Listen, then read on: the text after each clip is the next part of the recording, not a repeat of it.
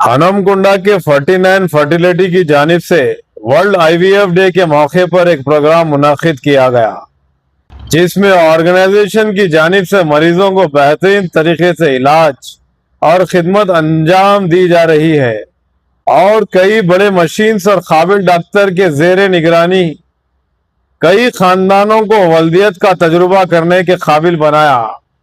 इस मौके पर डॉक्टर अनुषा ने मीडिया से बात करते हुए उनके फर्टिलिटी सेंटर के बारे में बताई मज़ीद तफसीलात। I really want to thank all the media people, all the patients, all my staff who has really supported to spread the awareness.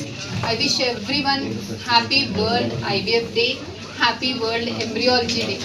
అసలు ఎందుకు మనం ఇలాంటి ఈవెంట్స్ కండక్ట్ చేసుకోవాలి, అసలు ఎందుకు ఇంత అవేర్నెస్, ఎందుకు ఇదంతా స్ప్రెడ్ చేసుకోవాలి అని అంటే, ఫర్టిలిటీ అనేది మిగతా అన్ని లాగా కాదు. మనకి హార్ట్ ప్రాబ్లం ఉంటే పెయిన్ వస్తుంది, సిమ్టమ్స్ ఉంటాయి, అందరికీ తెలుసు.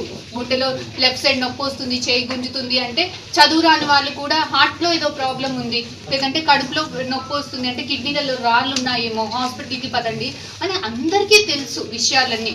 కాకపోతే ఫర్టిలిటీలో ఏంటి అని అంటే అవేర్నెస్ లేదు. ఫర్టిలిటీలో ఫస్ట్ ఆఫ్ ఆల్ సిమ్టమ్స్ ఉండవు, ఏదో నొప్పి గిప్పి ఏమీ ఉండదు. ఒకవేళ పేషెంట్స్కి ఎస్ మాకు ఫర్టిలిటీ ప్రాబ్లమ్స్ ఉన్నాయి అని తెలిసినా కూడా చెప్పుకునే అంత ధైర్యము లేదు. ఇంకా మన సొసైటీలో చాలా అపోహలు, చాలా మిత్స్ ఉన్నాయి ఫర్టిలిటీ మీద. So it is very very very important to spread the awareness.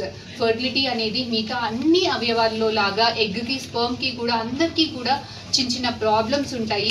ఈ అవేర్నెస్ ఎందుకు స్ప్రెడ్ చేయాలి అని అంటే, ఇనీషియల్ స్టేజెస్లోనే మనకి చిన్న వయసులో అంటే 35 years 40 yearsలో కాకుండా 25-30 yearsలోనే మనం బేసిక్ ఫర్టిలిటీ ఎవాల్యుయేషన్ చేసుకొని చిన్న ప్రాబ్లమ్స్ ఉన్నప్పుడే చూపెట్టుకుంటే మనకి ఏంటి అని అంటే చిన్న మెడిసిన్స్, చిన్న వాటిలతోటి, చిన్న ట్రీట్మెంట్స్ తోటి మనకి ప్రెగ్నెన్సీ అనేది వస్తుంది.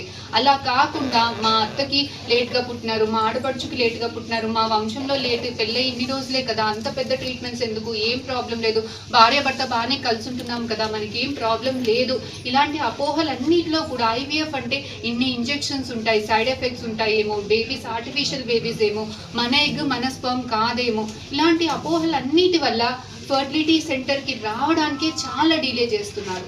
ఎప్పుడు వస్తున్నారు? 35 years 40 years, ఇంకా వాళ్ళకి అనిపిస్తుంది ఇప్పుడు కాకపోతే ఇక కాదు ప్రెగ్నెన్సీ అన్న టైంలో వచ్చేసరికి మనకి ఆడవాళ్ళల్లో ఏంటి అని అంటే ఏజ్తో పాటు ఎగ్ నెంబరు తక్కువైపోతుంది, క్వాలిటీ కూడా తక్కువైపోతుంది. ఆఫ్టర్ 35 years ఎగ్స్లో జెనెటిక్ అబ్నార్మాలిటీస్ కూడా ఉంటాయి.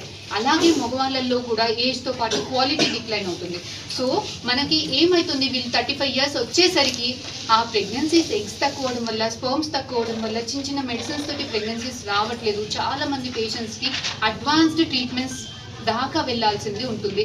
చాలామంది పేషెంట్స్కి ఈ మధ్య ఎగ్స్ అయిపోవడం వల్ల డోనర్స్ కూడా ఆప్ట్ చేయాల్సింది ఉంటుంది.